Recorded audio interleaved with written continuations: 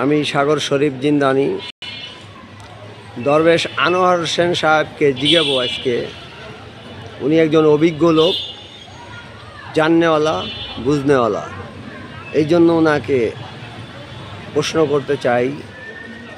আজকে বৈশাখ মাস, এই বৈশাখ মাস কি শুভ নববর্ষ? এটা কি মুসলমানের কাজ না অন্য কোনো ধর্মের থেকে আসছে? এটা কি মুসলমানরা পালন করা ঠিক না বেঠিক? আসলে শুভ নববৎসর নিয়ে সকলকে আমি দরবেশ আনোয়ার হোসেন সালাম ও শুভেচ্ছা। তবে সিন্নি মতো আমার যে কথাটা সেটা হলো, শুভ নববৎসর যারা বলেন, আসলে বৈশাখের প্রথম আল বৈশাখ, এটা কৃষকদের জন্য। কৃষকরা এই দিন নাঙ্গল দেয় জমিনে। আর ব্যবসায়িকদের জন্য, কোন ব্যবসায়িক? মুদি ব্যবসায়িক, যে বড় বড় ব্যবসায়িক যারা সারা বছর নগদ বাকি কেনা বেচা করছে, তারা এই নববৎসরে একটা আল খাতা করে। আল খাতা মানে বাকি টাকা জমা দিবে, আবার নগদ মাল নিবে, পাওনা দাওনা মিট করবে এবং মিষ্টি মুখ করবে। এই হলো তাদের শুভ নববৎসরের আল খাতা। আসলে নববৎসর মুসলমানদের জন্য কিছুই না। তবুও বর্তমান বাজারের ছেলেমেয়েরা নববৎসরের উৎসব পালন করে। বৈশাখী মেলা হয় আমাদের দেশে, সেটা চলে।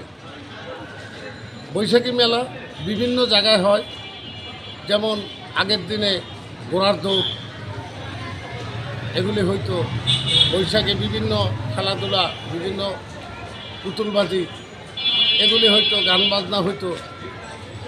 অতএব এই জন্য শুভ নববর্ষ সবাই পালন করে। কিন্তু মুসলমান দৃষ্টিকোণ থেকে নববৎসর আরবি মাসের পহেলা, এটা বছরের প্রথম দিন আমাদের পালন করা উচিত। আর যদি আপনি বছরের প্রথম ধরেন বা ইংরাজি, এটাও আমাদের দূরস্থ না। জানুয়ারি এটা ইংলিশ বছরের প্রথম। তাই মুসলমানদের জন্য আরবি বছরের প্রথম হলো আরবি মাস। এই মাসের প্রথম থেকে আরম্ভ করা এবং শেষ করা। মুসলমানদের জন্য নববৎসরের উৎসব কোনো উৎসবই না। তারপরে যারা করতেছেন, আমি আপনাদের সাথে একমত ঘোষণা করছি ছেলেবেলের পক্ষ থেকে।